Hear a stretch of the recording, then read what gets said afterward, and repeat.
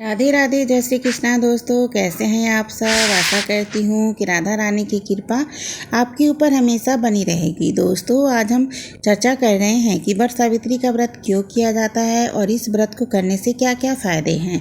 तो चलिए शुरू करते हैं और इसी के साथ हम सुनेंगे वट सावित्री व्रत की कथा। और अगर कथा आप लोगों को पसंद है तो इसे लाइक और शेयर जरूर कीजिएगा।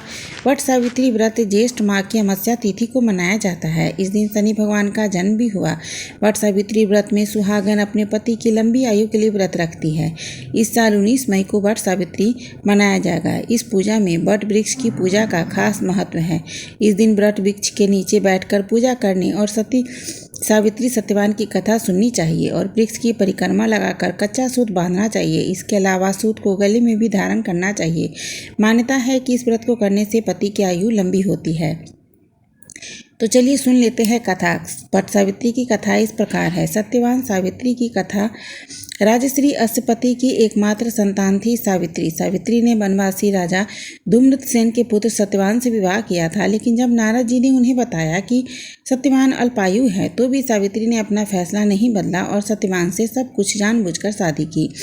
सावित्री सभी राजमहल के सुख और राज वैभव त्याग कर सत्यवान के साथ उनके परिवार की सेवा करते हुए वन में रहने लगी। जिस दिन सत्यवान के महाप्रयाण का दिन था, उस दिन वो लकड़ी काटने जंगल में गए। अचानक बेहोश होकर गिर पड़े। उसी समय यमराज सत्यवान के प्राण लेने आए। 3 दिन से उपवास में रह रही सावित्री को पता था कि यह होने वाला है, इसलिए बिना विलंब किए उन्होंने यमराज से सत्यवान के प्राण न लेने की प्रार्थना की, लेकिन यमराज ना माने। तब सावित्री उनके पीछे पीछे जाने लगी। कई बार मना करने पर भी वो ना मानी। तो सावित्री के साहस और त्याग से यमराज प्रसन्न हुए और कोई 3 वरदान मांगने को कहा। सावित्री ने सत्यवान के दृष्टिहीन माता पिता के नेत्र मांगे, उनका छीना हुआ राज मांगा और अपने लिए 100 पुत्रों का वरदान मांगा। तथास्तु करने के बाद यमराज समझ गए कि सावित्री के पति को साथ ले जाना अब संभव नहीं है, क्योंकि वो अपने दिए हुए वरदान में फंस गए थे। उन्होंने सावित्री को 100 पुत्रों का वरदान दिया था और इसलिए सावित्री ने कहा कि हे यमराज, मैं तो व्रता स्त्री हूँ, इसलिए बिना पति के मुझे 100 पुत्रों की प्राप्ति कैसे होगी। मैं किसी पराये मनुष्य की तरफ तो देख भी नहीं सकती। इसलिए आप अगर चाहते हैं कि मुझे 100 पुत्रों की प्राप्ति हो तो आपको मेरे पति के प्राण मुझे वापस लौटाने पड़ेंगे। इसलिए उन्होंने सावित्री को अखंड सौभाग्य का वरदान दिया और सत्यवान को छोड़कर वहाँ से अंतर्ध्यान हो गए।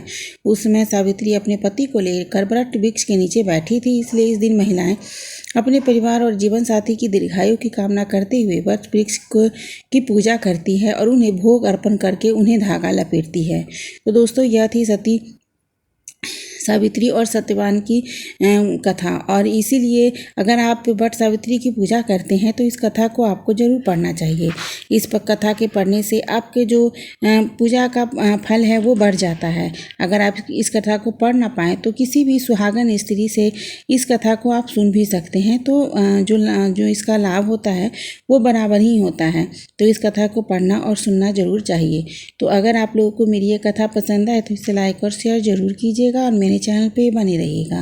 राधे राधे, जय श्री कृष्णा।